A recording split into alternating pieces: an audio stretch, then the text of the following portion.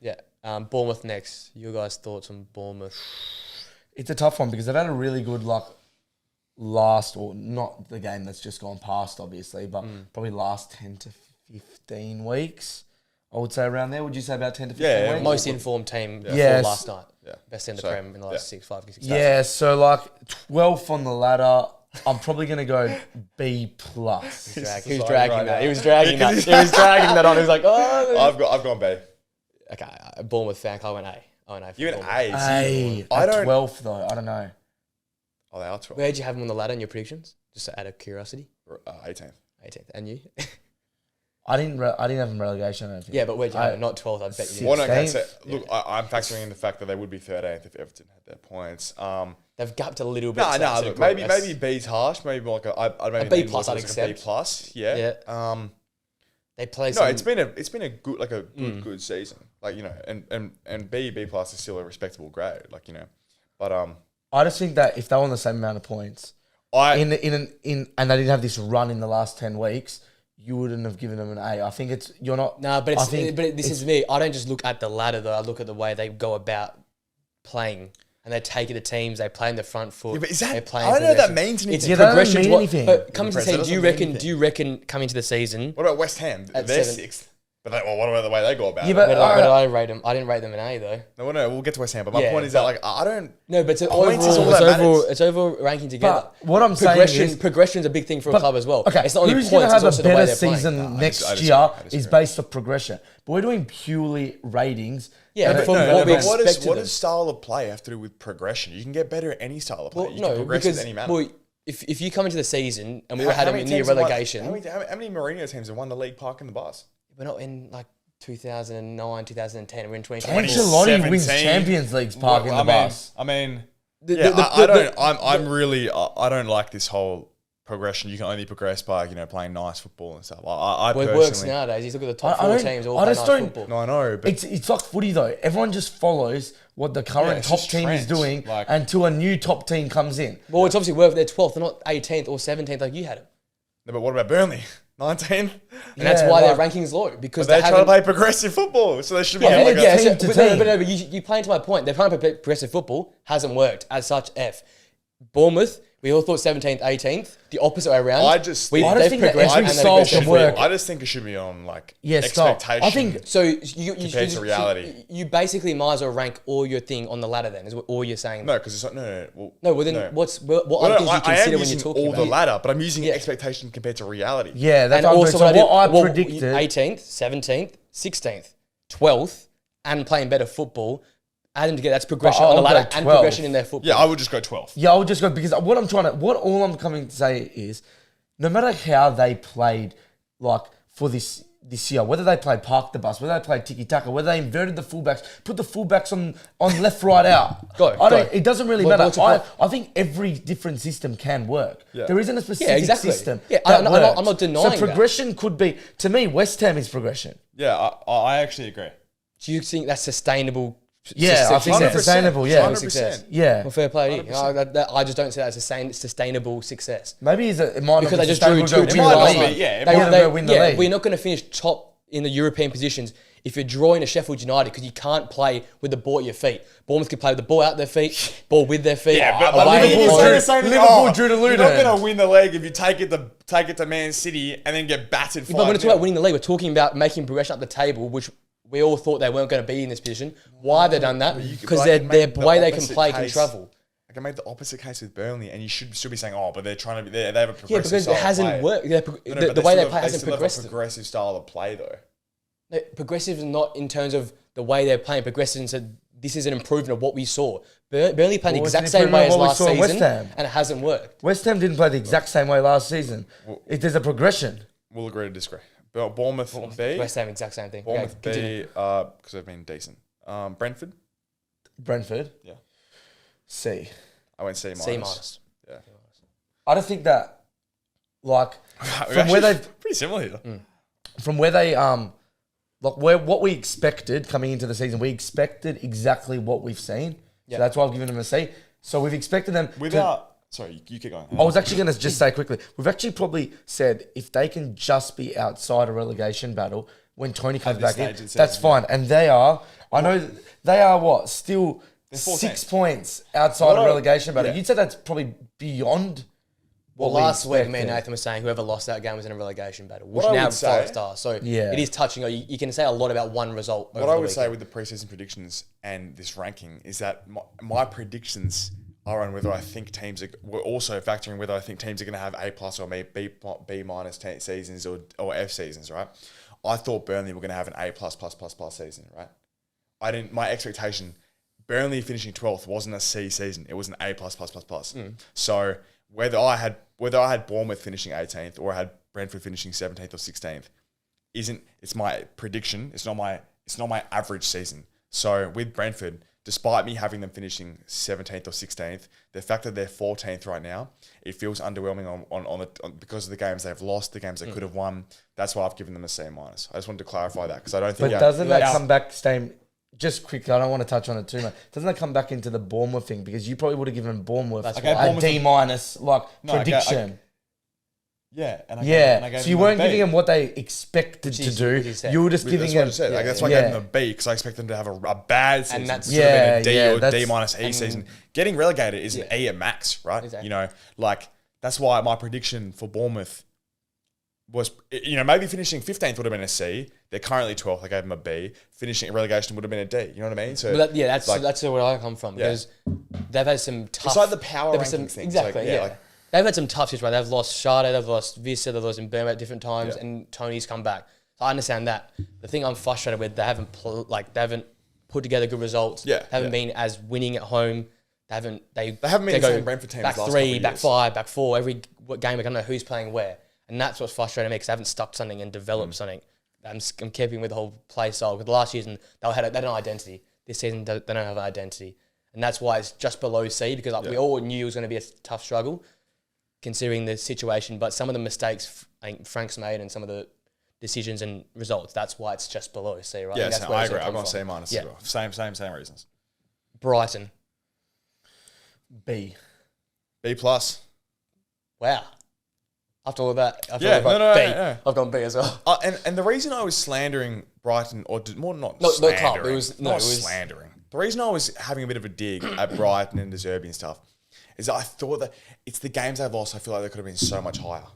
Like, I really do think Brighton could have been overperforming expectations so much. By being near the upper echelon because of the games they've lost and how good I think they can be. The reason I've gone B plus is that still, they're 8th with a game in hand, which could put them 7th and then 1 point behind West Ham in 6th. I still think with the players they haven't got and their squad in comparison to everyone else, that they've still had a very good season to date. And yeah, even though we expect them to finish about 8th or 9th, above Chelsea, above Newcastle, with far, far worse teams, and probably will be above United after tonight. Yeah. That is still a great season so far. Yeah. Just looking at it on paper, Yeah. and that's why I've gone B plus. Just a little bit higher. Yeah. They've had it's the their same as- ins and outs as well. Yeah, It hasn't been a set team. Estupinan's out. Yeah. He's back in now. We're gonna obviously see the next run. We talked about the next run last week, how important that can be. But My take on Brighton's is so funny, yeah. It's- Because I go so it's just I'm like a father figure to Brighton. I have so much faith in them. I really want them to excel, but a tough love. tough you know what I love mean? on them, Tough tough love. love. Like, they've got a big run coming up, and it could be an A+. they have a great run coming up. It I'm could be an telling A+. you, that thing after- about them coming 4th or 5th or whatever, is not far fetched because their run is great. It could be gettable, and that's the thing. This could change in the next 5 weeks. We could have them as an A+ or a D. Yeah. With the way it all pan out. the way their fixture run is, if we did it in 8 weeks' time, right before their fixture run, their tough fixtures, they could be legit A+ right now in 5th. Yeah. And they could also unravel. They finish 7th or 8th or 9th. The fact they've just held it, we said last week, the fact they're just still there is incredible because it feels like they should be either much lower. It's like the out fact of that it. they've lost the games they have. I felt they've been drawing games against Burnley, some bottom, pretty sure, some bottom teams. It's the fact that they're still 8th, should be 7th. Ridiculous. I find it. That's why I've got them. That's as B. why we've all got them Around a that good realm. grade. Yeah. Even though that's sort of our expectation for them where they should be. Yeah. All right. Burnley next. I hit him with a F. D minus. I went E. You went F, I went A, you went D minus. Why are you giving D minus? That's a bit much credit. We all had such high expectations. Yeah, I know. We had the high expectations, but I think if you look back at those expectations, I don't think the expectations were the reality of what they actually were. A plus. Yeah, so like I felt like that we just expect.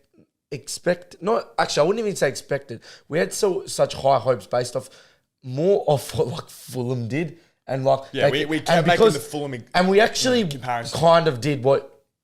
Like you've been talking about, they're playing such good football. That's going to translate to them in the Premier League. Because we literally saw Fulham do the same thing. When you actually look in reality, they were nowhere near their team. level. Their team is a relegation team. Yeah, like So on that, we didn't know their names before the season. Exactly, and I still don't know their names now. Even if we do, even if I know their players now a bit more, it's like there's a reason they weren't in the Prem. There's a reason none of them were sort of like.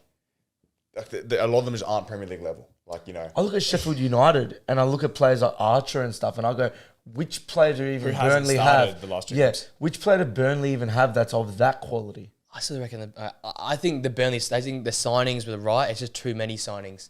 The team from last year, this year is not very familiar. And that's where like I was disappointed. I thought they'd hit the ground running. The Amdunis, the Fosters, who I think are both better than Archer, by the way. But Archer hasn't started. The front two for Burnley are much better than Sheffield United's front two. I'm just disappointed that they couldn't correlate because they haven't adjusted well at times. They could get results out of games. They haven't had that backbone, the ability to get results, and that's why I've got them so low because I think they could still be near that Luton level or above Luton if they'd changed their style of play at times and adapted to certain games. I still respect them going at it. Burnley kept going at it. Company keeps playing on the front foot. Can't be against that because that's what they came in with. It's just that they could adapt mid-game. I just get to a point, and I know you go like they're playing on the front foot, but it just looks like stupidity at some point. To me, it just becomes stupidity. It looks a bit suicidal. It's like we're happy to go back to the Championship next year. And I know they changed it up a little bit, but like if you're like the fans, if you're the manager, like you're everything involved in the club. You can even say from like how I support a club, like. I would rather my team play crap football and not go back down to the Championship. Like, obviously, that might not be one of the possibilities. Well, that's what Villa did a couple of years ago. They just hung on, and Now look, and then you can change it later. Sometimes it's better to like. I think for the long term to sort of the likelihood of excelling in the Prem.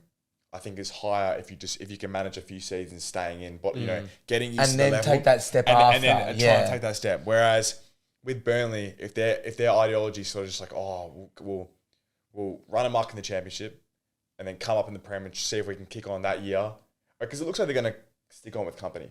That's what it looks like. Yeah, they're going to stick on and be like, we're bottomed out here. Yeah. We're going to go back to the Championship. And then give it another crack in 2 years. Back to teams again, and then just come back up. Like their squad's not exactly. It's pretty young. Like, it's like 25, 26. So a lot of these players will be 28, 29 a couple of years. And look, maybe that's what they need to take, like, a couple more years, same system, kick on a couple of years back in the Prem. But it's like, what if it just all goes pear-shaped and they don't even get back next year? I'd rather I think I'd rather take the approach of like, try and buy, what Luton are doing. Sort of scraping games here and there. I just don't understand this, like perspective that clubs have. That's like, we'll just go back to the Championship, unless it's a money thing that they just can't afford, like to buy the players to match the other teams in the Premier League. Which is what the bottom three teams can't do. They can't match the other teams. Yeah, but 1:29 p.m. But is that true though? Is that true? Like, look, their biggest signing was Zeke Amdouni for like no, 25. maybe not signings, but as in like. How have the other teams how did Brentford stay up? Like how did Fulham do stay up? smart transfer business? Well, that's what I mean. You don't have to sign. Do you reckon Burnley's right now doing as much as they possibly can to stay up? No. They signed like 7-8 players No, to try and keep themselves up. I think they do think they are doing that. They signed the best Sheffield United player to their club. Sorry, as a club, they're doing, in my opinion, enough. So if they think they're doing enough, then that's what. Then companies should be getting the they're not owned by $1 million billionaires from Saudi Arabia like the top clubs are. But you've seen it so many times that you don't need to. I don't think that. No, but we're not talking about them being the top. We're talking about who they're up against, and like they haven't got this money in Nottingham Forest. That guy is banking it in. Did Brentford have money? Did Bournemouth have money? Bournemouth have American ownership now.